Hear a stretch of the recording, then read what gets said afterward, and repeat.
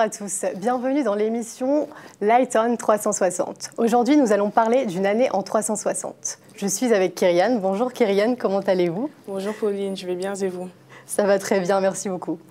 Vous avez choisi 4 maîtres mots pour illustrer la formation à l'école 360. Ces mots sont motivation, adaptabilité, ouverture d'esprit, cohésion. Exactement. Le premier mot, motivation. Motivation se traduit par quelque chose qui nous pousse de l'intérieur à réaliser une activité bien précise. Kyrian, qu'est-ce qui vous motive? Qu'est-ce qui fait que vous devez être motivé à l'école 360? Tout d'abord, je dirais que la motivation à l'école 360 est le mot-clé qui a pu définir ma première année. Tout simplement parce que déjà, c'était en double master, donc il fallait bien gérer son temps, donc il fallait travailler sur la gestion du temps, il fallait également beaucoup de travail personnel et aussi beaucoup d'investissement personnel, puisqu'on était amené à faire des travaux de groupe et on travaillait aussi sur la co-construction de l'école. Donc sans motivation, il était impossible de réussir notre première année en 360, comme je pense dans tous les domaines de la vie. Complètement d'accord avec vous. Et donc vous me parlez des projets. En quoi il faut rester motivé dans des projets de groupe ou projets... Pendant notre première année, on a été amené à travailler beaucoup en groupe. C'était des groupes de 2, de 5 ou alors des projets sur lesquels toute la classe devait travailler ensemble. Et il faut se le dire, c'est assez compliqué de travailler en groupe, surtout quand on n'a pas l'habitude. Il faut faire des compromis, il faut accepter qu'on n'a pas tout le temps raison. Il faut surtout pas, il faut faire preuve de beaucoup de bienveillance. Il faut donner la possibilité à chacun de s'exprimer. Et surtout, il ne faut pas refuser ou rejeter les idées des autres. Il faut qu'ils comprennent que toutes les idées sont bonnes. Parce que du coup, si on refuse ou si on dit à quelqu'un que son idée est nulle, la personne peut se braquer. Et si elle se braque, elle est démotivée, ce qui entraîne un ralentissement du groupe dans le meilleur des cas, et sinon une démotivation contagieuse dans le pire des cas. Et dans ce cas-là, le projet ne voit pas le jour. Donc je dirais qu'il était important pour nous de rester motivés, mais une bonne motivation et surtout motiver les autres aussi afin que tout se passe dans le mieux. Donc nous travaillons plus dans une démarche du oui et plutôt que du oui mais qui a tendance à bloquer les idées. D'accord, très intéressant. Donc on est plutôt dans une constance dans la motivation, pas ralentir les autres, essayer d'avancer avec eux, etc. etc. Vous m'avez parlé de la co-construction, vous l'avez évoqué. Qu'est-ce que vous pouvez nous en dire à l'école 360? Qu'est-ce que c'est? À partir du moment où nous avons accepté tous d'entrer dans cette école, il a été clairement expliqué que nous travaillerons sur la co-construction de l'école. Donc la co-construction de l'école consiste à faire un retour, déjà aller en cours, faire un retour aux responsables sur les cours suivis, prendre part au projet de communication. Donc il fallait participer aux journées portes ouvertes ou au salon de l'étudiant.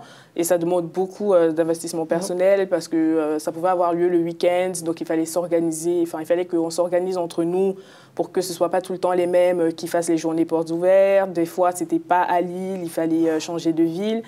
Et sans motivation, une fois de plus, je pense que ça s'entraîne en ralentissement. C'est compliqué. Donc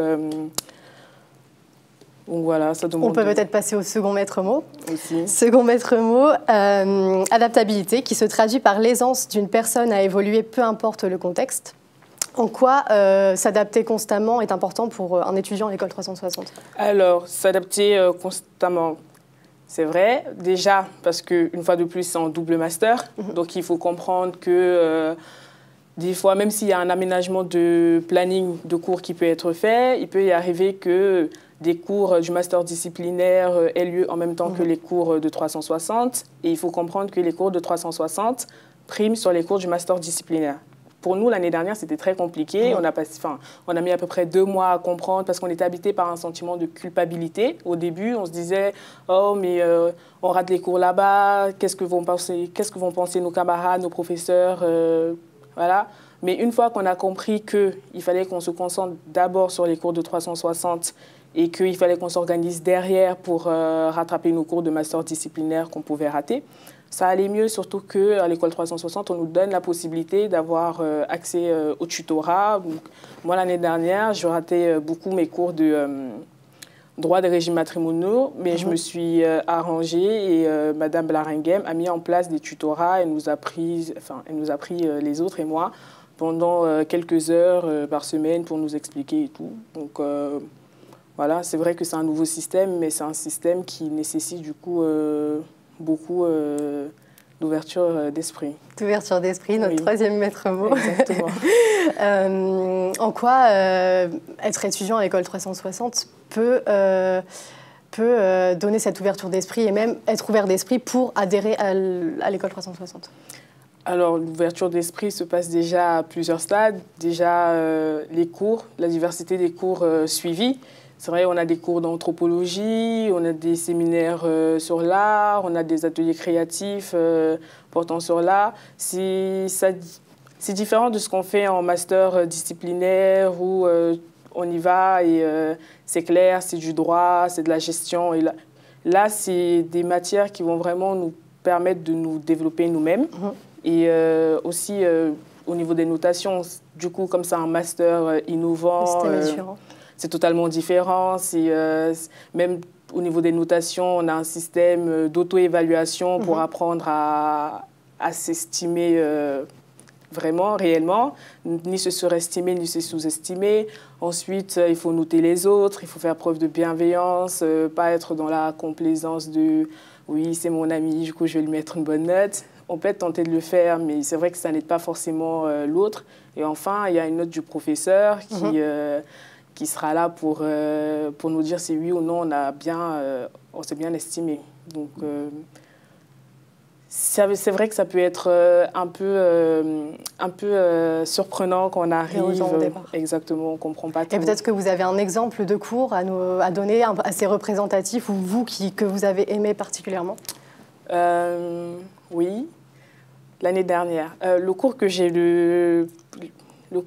est le plus représentatif de tout ça, selon moi, ce serait le cours de management de l'innovation que nous avons suivi et que nous allons suivre pendant les 3 années du Master 360. Donc la première année, le thème abordé, c'était la connaissance de soi. C'était avec Madame Laetitia Terry et je ne vais jamais oublier le premier cours qui était un cours très intense. Donc nous sommes arrivés, au début on ne savait pas trop est-ce que c'était de la psychologie, connaissance de soi. Enfin, c'est quand même assez effrayant d'une manière parce que des fois on pense se connaître et en fait non, on ne se connaît pas. Donc qu'est-ce qu'on a fait? On a fait un premier exercice avec les yeux bandés où il fallait se laisser guider par les autres. Et c'était déjà très révélateur de notre capacité à faire confiance à ceux qui nous entourent, même si on ne les connaît pas forcément. Ensuite, nous avons fait un exercice sur les blasons. Donc, il fallait se présenter aux autres. Et c'est vrai que ça nous a aidé à mieux nous connaître entre vous. Exactement, parce que c'était le tout premier cours de l'année en plus. Donc, c'est là qu'on s'est un peu découvert. Et enfin, on a fait les pierres de guet. Pierre de guet, qui est un exercice assez compliqué parce que c'est un exercice qui retrace en fait le parcours, notre parcours depuis un point donné, donc par exemple le moment où on est venu au monde. Jusqu'à aujourd'hui, il fallait faire part de tout ce qu'on a traversé, les bons et les mauvais moments pour comprendre pourquoi nous sommes ce que nous sommes ou pourquoi nous sommes aujourd'hui là où nous sommes. Et c'est vrai que le voir sur une feuille, c'est différent d'en parler de temps en temps. C'est un cours qui vous a marqué? Totalement. D'accord. Donc parfois, c'est un travail sur soi, aussi un travail sur comment on agit avec les autres. Exactement. Donc peut-être aussi, vous pouvez me parler du 4e maître mot qui est la cohésion sociale. La cohésion, oui. En quoi il faut un esprit d'équipe quand on fait partie de l'école 360?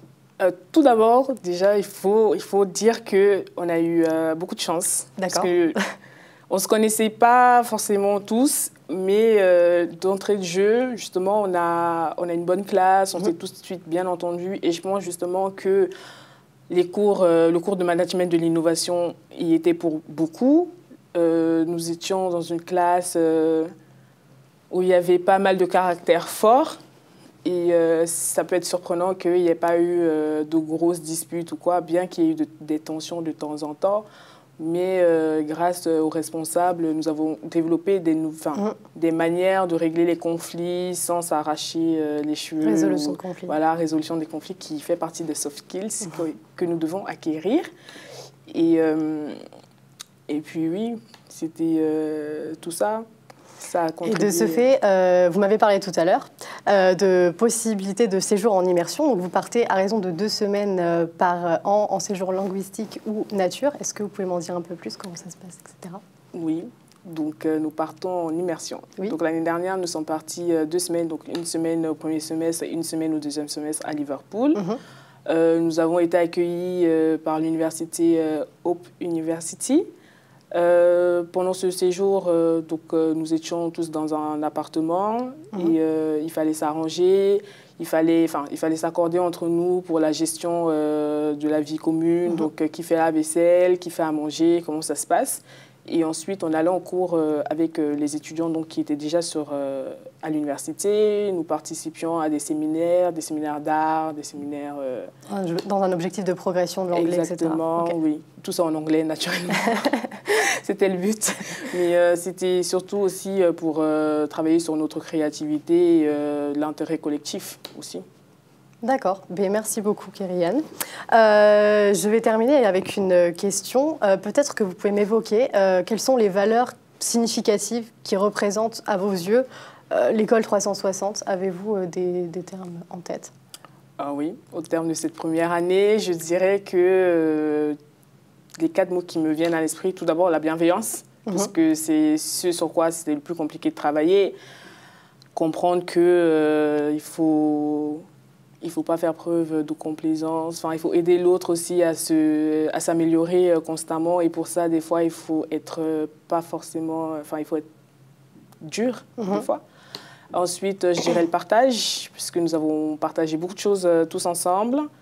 Et l'authenticité, puisque nous sommes tous différents. Mais c'est aussi ça qui fait la force de notre promotion, je dirais, justement. Et enfin, je dirais... je sais pas. Oui, le respect. On peut rester sur 3 mots, sinon. Non, le respect. Le respect, d'accord. Merci beaucoup, Kerianne, pour votre partage. Nous sommes sur la fin de cette émission. Merci de nous avoir regardés et à très vite dans Lighton 360.